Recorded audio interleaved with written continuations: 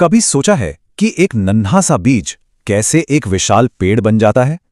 या फिर हमारा अपना दिल बिना रुके, बिना थके आखिर कैसे धड़कता रहता है? देखिए, ये सारे सवाल हमें विज्ञान की एक बहुत ही दिलचस्प शाखा की ओर ले जाते हैं, और वो है जीव विज्ञान। तो चलिए आज जीवन के इसी अध्ययन की दुनिया में एक गहरा गोता लगाते हैं। तो ये जीव विज्ञान यानी बायोलॉजी असल में है क्या? अगर बिल्कुल आसान शब्दों में कहें तो ये जीवन का विज्ञान है। इसमें हम हर उस चीज का अध्ययन करते हैं जो जीवित है, फिर चाहे वो एक छोटा सा आंखों से ना दिखने वाला बैक्टीरिया हो या फिर समंदर में रहने वाली एक बहुत बड़ी व्हेल। और मजे की बात यह है कि बायोलॉजी शब्द के अंदर ही इसका मतलब छिपा है। ये दो ग्रीक शब्दों से मिलकर बना है, बायोस जिसका मतलब है जीवन और लोगोस जिसका मतलब है अध्ययन। तो सीधा सीधा अर्थ हुआ जीवन का अध्ययन। लेकिन क्या कभी ये सोचा है कि ये शब्द बायोलॉजी कितना पुराना होगा? इसकी कहानी उतनी सीधी नहीं है जितनी लगती है। तो सवाल ये उठता है कि ये शब्द पहली बार इस्तेमाल कब हुआ होगा? इसका जवाब शायद थोड़ा चौंकाने वाला हो सकता है। सही जवाब है 1801 में। जी हां, विज्ञान की इतनी जरूरी शाखा का नामकरण हुए अभी लगभग 225 साल ही हुए हैं। सुनने में काफी नया लगता है ना?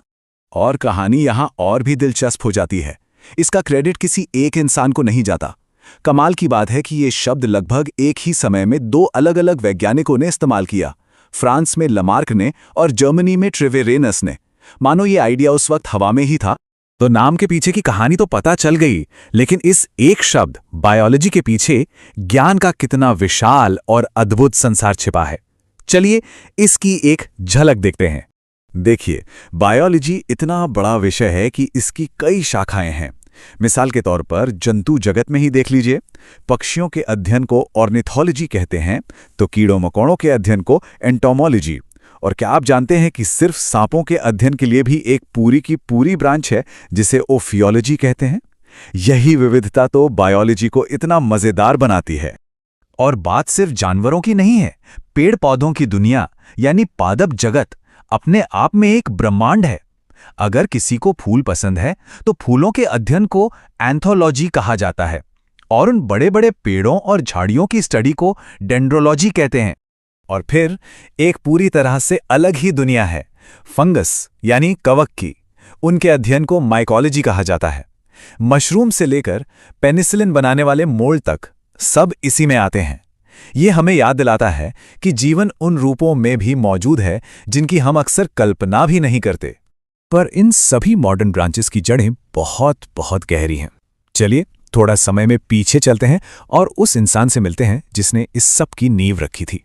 हम बात कर रहे हैं एक ऐसे शख्स की जिसका नाम इतिहास में गूंजता है, महान ग्रीक दार्शनिक अरस्तु। उन्हें कोई छोटा मोटा टाइटल नहीं, बल्कि जीव विज्ञान का जनक यानी फादर ऑफ बायोलॉजी कहा जाता है। तो आखिर उन्हें ये उपाधि क्यों मिली? क्योंकि अरस्तु ने जो किया वो उस समय के लिए एक क्रांति जैसा था। उनसे पहले ज्ञान बिखरा हुआ था। वो पहले इंसान थे जिन्होंने जीवित चीजों को एक सिस्टम से देखना, उन्हें समझना और उन्हें अलग अलग वर्गों में बांटना शुरू किया। उन्होंने पौधों और जानवरों के बारे में इतने विस्तार से लिखा कि उन्हें जंतु विज्ञान का जनक भी माना जाता है। तो ये हमें सोचने पर मजबूर करता है ना?